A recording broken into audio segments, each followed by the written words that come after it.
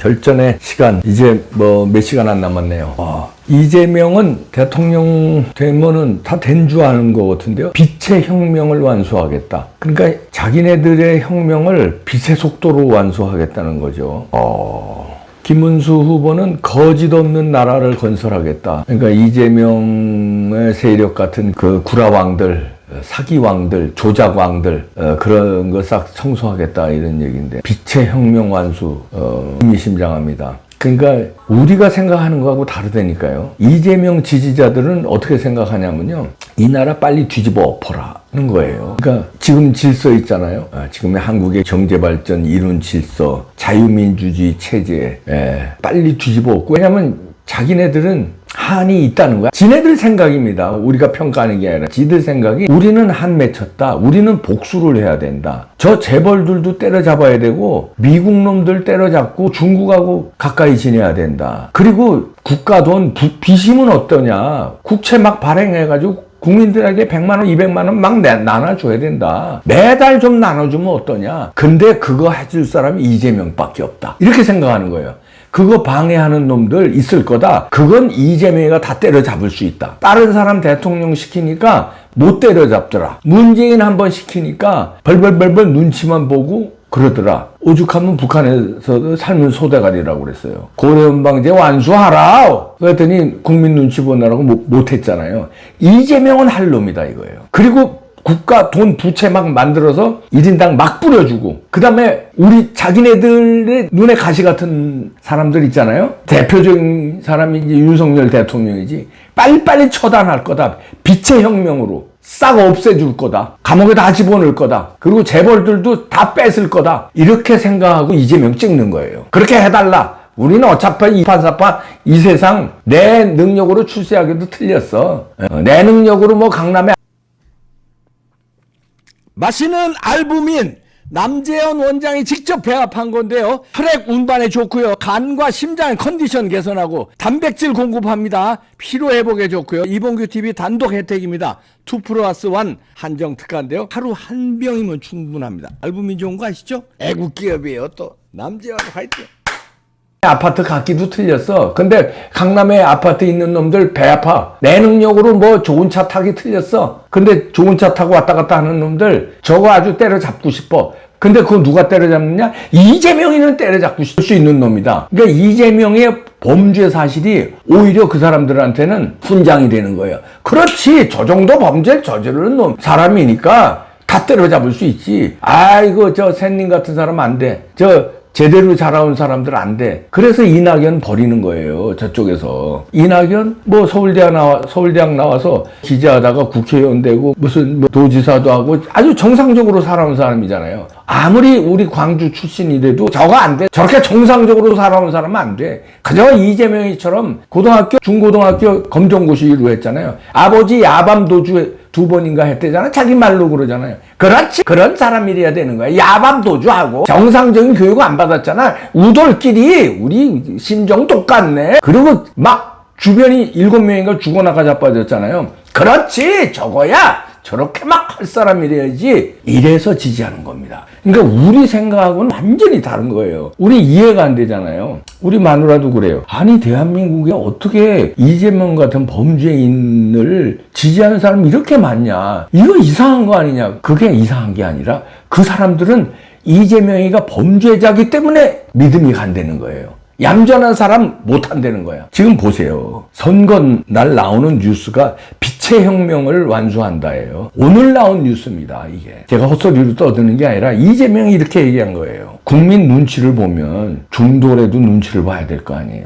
눈치가 아니라 이런 소리를 해야 자기한테 환호한다는 거예요. 그걸 아는 거예요. 이재명은. 다 때려 부수겠다. 이러면 밀어준다는 거예요. 다 잡아쳐넣겠다. 그러면 밀어준다는 거예요. 빛의 혁명으로. 이야. 이러고 있는데 국민의힘 미국은 좀 냄새를 맡은 것 같은데요. 빅터 차가 이것도 오늘 나온 뉴스입니다. 트럼프가 한국 새 정부에 주한미군 전면 철수 등 보복할 수도 있다 이런 발언을 했네요. 이건 굉장히 심각한 얘기입니다. 이건 이재명이가 되는 걸 상정한 것 같아요. 미국은 정보를 우리가 생각하는 거 이상으로 정보를 취득해요. 막강한 정보력을 가지고 있어요. 그러니까 정상적인 정보가 아니라 이미 부정선거 세팅이 끝났구나 하고 파악을 다 한 거 아닌가 제 추측입니다. 왜냐면 미국 선거감시단이 여기 와서 조사 지금 다 하고 있잖아요. 벌써 성명서 나왔는데 그 성명서에는요 벌써 부정선거에 대해서 다 진단 다 했어요. 그리고 아시아타임즈에 신문에 벌써 기고도 다 했어요. 이제 남은 건 오늘 선거 끝나고 종합 분석해서 유엔에 보고서 올리고 트럼프 행정부에 보고서 올린다는 거예요. 그것만 남은 거예요. 부정선거 진단 다 끝났어요. 이게 미국에 다 보고가 됐죠. 많이 신문에 났으니까 편지 형식으로 칼럼이 실렸어요. 그러니까 그렇게 되면은 이재명이 된다고 미국은 보고 있는 것 같아요. 그러면은 미국은 그냥 놔두지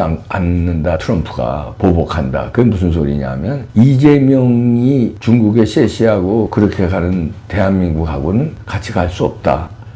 그러면 미군을 전면 철수할 수도 있다. 와, 이렇게 나오네. 이 빅터 차는요, CSIS라고 미국의 싱크탱크 안에 들어가는 전략국제문제연구소죠. 여기 석좌인데, 한국 문제에 관해서는 미국 워싱턴에서 이분의 목소리를 들어요. 특히 외교 문제 이런 옛날부터요. 벌써 오래됐습니다. 이 빅터 차의 영향력은. 근데 이분이 이런 얘기를 한 거는 간단한 얘기가 아니고요. 이런 상황인데 이걸 이제 우리를 우려하잖아요. 그런데 이재명이 뭐라고 그러냐면요. CBS 라디오에 나가서 이러네요.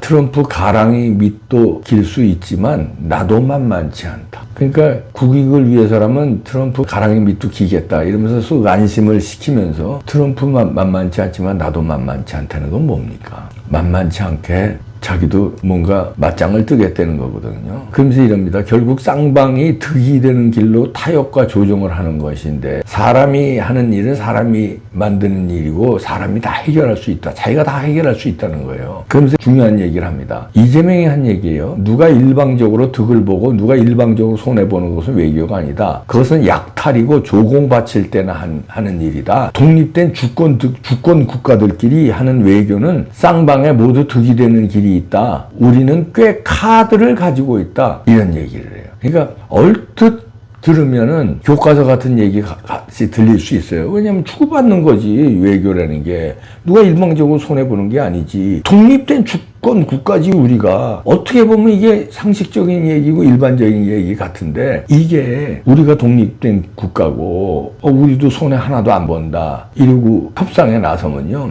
미국하고 같은 강대국하고는요 협상이 깨질 수가 쉬워요. 왜냐하면 주고받는 게 이런 게 있습니다. 예를 들어서 이만큼 가진 사람 있고 요만큼 가진 사람이 있어요. 힘이. 그런데 똑같이 우리 절반씩 힘을 양보합시다. 절반씩 5%씩 깎아요. 그러면 요만큼 힘 가진 거에 깎으면 50% 깎으면 요만큼이에요. 근데 이만큼의 퍼센트를 깎으면 이만큼이에요. 이거는 서로 다른 거예요. 그리고 미국의 입장에서는 세계 평화를 위해서 자기네들이 경찰국가 역할을 담당하고 있다고 생각해요. 그래서 이제 주한 미군도 그렇지만 주일 미군도 그렇고 유럽 주둔군도 그렇고 세계에 있는 막대한 예산을 들여서 세계를 말하자면 이렇게 관리하고 있잖아요. 그런데 이런 식으로 똑같이 너도 주장하고 나도 주장하고 이러면요 미국은 그동안에 헌신한 게 있고 지금도 쏘는 돈이 얼마고 주한미군의 병력이 얼만데 그런 식으로 따지고 들면은 미국이 알았어 그냥 뺄게. 알았어 니네하고는 대화가 안 되니까 알았어 주한미군 뺄게. 니네 알아서 안보 잘 정리하고 살아라. 이렇게 할 수 있다는 거예요. 근데 그 전 대통령들은 그렇게 못했어요. 근데 트럼프는 약간 또라이 같은 게 있잖아요. 승부사 기질도 있는 데다가 미치미치한 데가 좀 있거든요. 그게 이제 좋은 쪽으로 발현돼서 미국 대통령까지 2번 된 건데 그게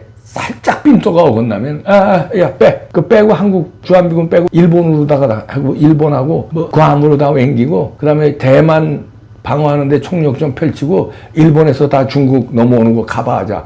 이런 식으로 작전을 바꾸면요 미국 입장에서는 큰 손해 안 나고 물론 한국이 동맹국으로 있는 게 미국 입장에서도 좋죠. 근데 수틀리면 트럼프는 그런 강수를 둘 수 있다는 거예요. 그런데 이렇게 이거 조공 바칠 때냐 조공 누가 바치는 미국이 우리한테 돈 주는 거야? 조공 바치는 거야. 얼마나 많은 희생을 하고 돈을 주는데. 근데 이런 식으로 이 생각을 잘못하고, 조공은 우리가 중국에 수천 년 동안 중국에 조공 바쳤어요. 지금도 바치고 있고, 이재명이 리짜이밍 하면서 너 800만 불 북한에 바쳤잖아. 그런 게 조공이야. 미국은 우리한테 막대한 예산을 퍼부어요. 우리는 미국에 퍼붓는 거에 비하면은 우리도 어느 정도 퍼붓지만 우리는 덕이 많잖아. 그런 거를 이런 식으로 나도 만만한 사람 아니다. 나도 카드를 가지고 있다. 언제 뭐 약탈, 조공 바치는 일이 아니다. 상대방의 입장에서는 우리가 언제 약탈했냐? 우리가 언제 조공 받았냐? 이러고 기분 나쁘게 생각하면 알았어. 주한미군 주둔하는 거 기분 나쁘다는 거지? 알았어. 뺄게. 이렇게 되면 골치 아프다는 거예요. 이런 것도 다 비슷해 혁명으로 하겠다는 거니까.